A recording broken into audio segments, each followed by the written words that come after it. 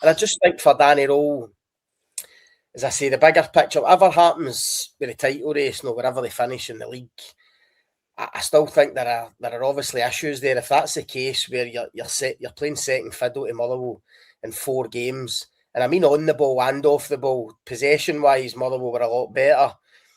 But I made the point in the piece. For me, the big difference was the work rate. You don't get to play that style of football without hard graft, without working to make angles and make space for passes and to create opportunities. I just thought Motherwell ran harder and ran faster than Rangers. And to me, that'll be... He's not going to admit it just now, but to me, that'll be a bit of a worry for Danny Rohl looking at these players. And I'm just kind of asking the question, when they get to the end of the season, Rohl will need to ask him, say, are these players, or the kind of group of players that he's assembled, do they have the real hunger to go and do that, go and work like that, get better on the ball and off the ball, to make sure that next season when Rangers play Motherwell, it's not like that. And even me talking like that, it just sounds ridiculous. Rangers and Motherwell, but I just thought, see that the performance for Motherwell, I mean, I just listened to Andy Halliday, a wee clip for open goal there. He called it a masterclass in the first half.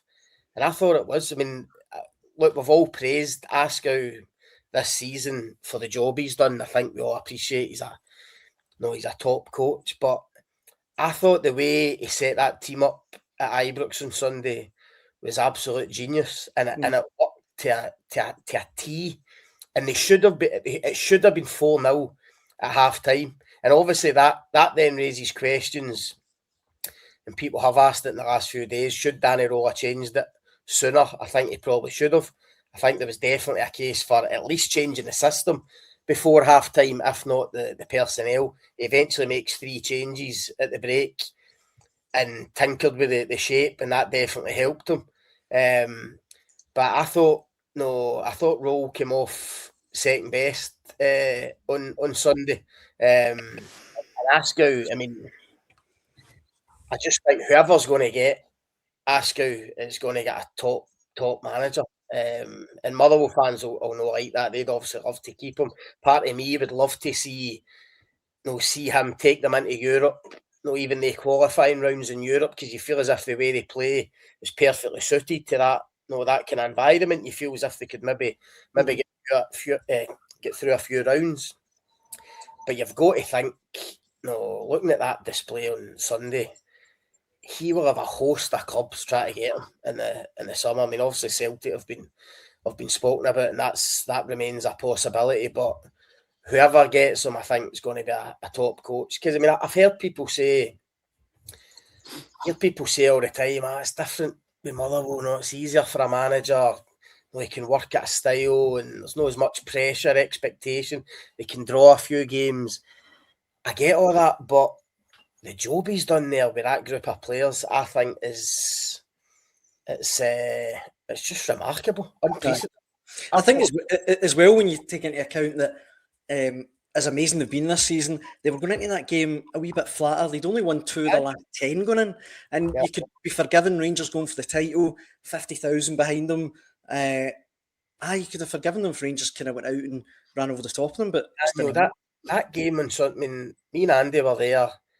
Ibrox was rocking before the game. I mean, honestly, it felt like that was like a day when Rangers were going to win the title. I mean, that's how kind of raucous the atmosphere was.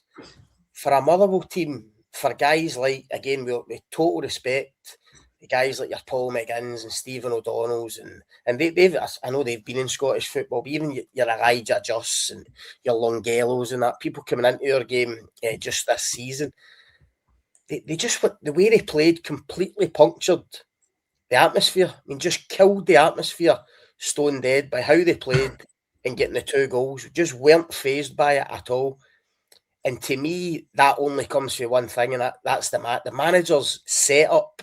They trust the manager so much, and they must have worked at that setup so much during the week that they just felt so comfortable, and it didn't matter what the atmosphere was like. Didn't matter what Rangers did in the game. And just as I say, to come up with that game plan, and loads of teams have went to Rangers in the last couple of years and come up with a plan, and won games or took points. I just thought Motherwell's system on Sunday, playing like the two wide guys, and Maswanise being one of them who you expected to be through the middle, just playing them right out wide, Longelo on the other side, meant Rangers fullbacks couldn't go anywhere. Mm-hmm. Didn't play with a centre forward, four in the middle, we just floating about. Fernandez or Giga didn't know whether to go or stay for that entire first half. It caused Rangers so many problems. It was unbelievable. And as I say, Rohl didn't really react until half time when he changed it. I'll bring you in a wee second, Pilch. I'll get your thoughts. But before that, we've got tons of comments coming in already. And if you're watching at home, you want to get involved in the conversation, please let us know what you think. Right, let me run through a few of these. John says the inexperience of Danny Rose glaringly obvious in the final hurdles of the title race. Askou schooled him again. Scott says Rangers have dropped more points since the January window, 11, than since October and Rohl took over, 7. Yes, he's under pressure. Green Machine points out all credit must be given to Motherwell. They've been great. Rebel, a Celtic fan, saying not looking forward to Fir Park, although Wilf won't be in charge, thankfully. Lee says if Rangers drop points to both Hearts and Celtic, Rohl has to go. There is no excuses. But David says, give yourself a shake, Lee. We can't keep changing managers. And this one, Stephen Mason says, Rangers will bin Rohl and replace him with McInnes, which I'll come to in a wee second. But just while we're on Rohl, I said this last night, Scott. Is it really realistic if he finishes third, he could get sacked in the summer? No, I don't think so. No, Danny Rohl will definitely start next season as Rangers manager. I've said that on here before. I do think finishing third, Chris Boyd said this yesterday, I do think finishing third will put him under a bit more pressure, because I just think any old firm manager finishing outside the top two, irrespective of the circumstances, will feel a bit of heat. So finishing third wouldn't be good for him. In terms of the start of next season and having that scrutiny. But no, it'll definitely start next year. I think plans are already afoot for the summer. The good thing is, we've spoken about it, Daniel, there doesn't need to be wholesale changes at Rangers over the summer. I think they've got a few players out of contract, and obviously some guys going back on loan, but I don't think there'll be a raft of changes. I think they'll just look to get 2 or 3 kind of quality signings in, maybe 1 or 2 going.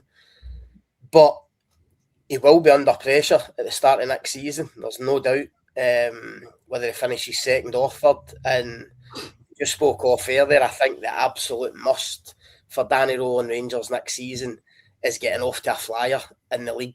Forget European qualifiers or League Cup, whatever it might. You've got to get off to a flyer in the league, because it feels like I've lost count now how many bad starts Rangers have made in the league. I mean, off the top of my head, I'm thinking about Michael Beale away to Kilmarnock on the first day, dropping points. Clermont away to Tynecastle, 0-0, dropping points. Russell Martin this season at Motherwell, dropping points. He couldn't win a game in the first 6, so the writing was in the wall. So I've lost count of managers that have suffered from poor starts. There should be no excuse for Rangers starting the season poorly next year, because a lot of they obviously brought a few players in January. Obviously Tavernier's going to go. There'll be 1 or 2 others, but there'll still be a kind of core group there that's been here this season, and they have to get off to a flyer, because if they don't, then the manager, as I say, irrespective of what's going on round about him at Celtic or at Hearts or whatever, he'll be under pressure again. He's got to go off to a good start.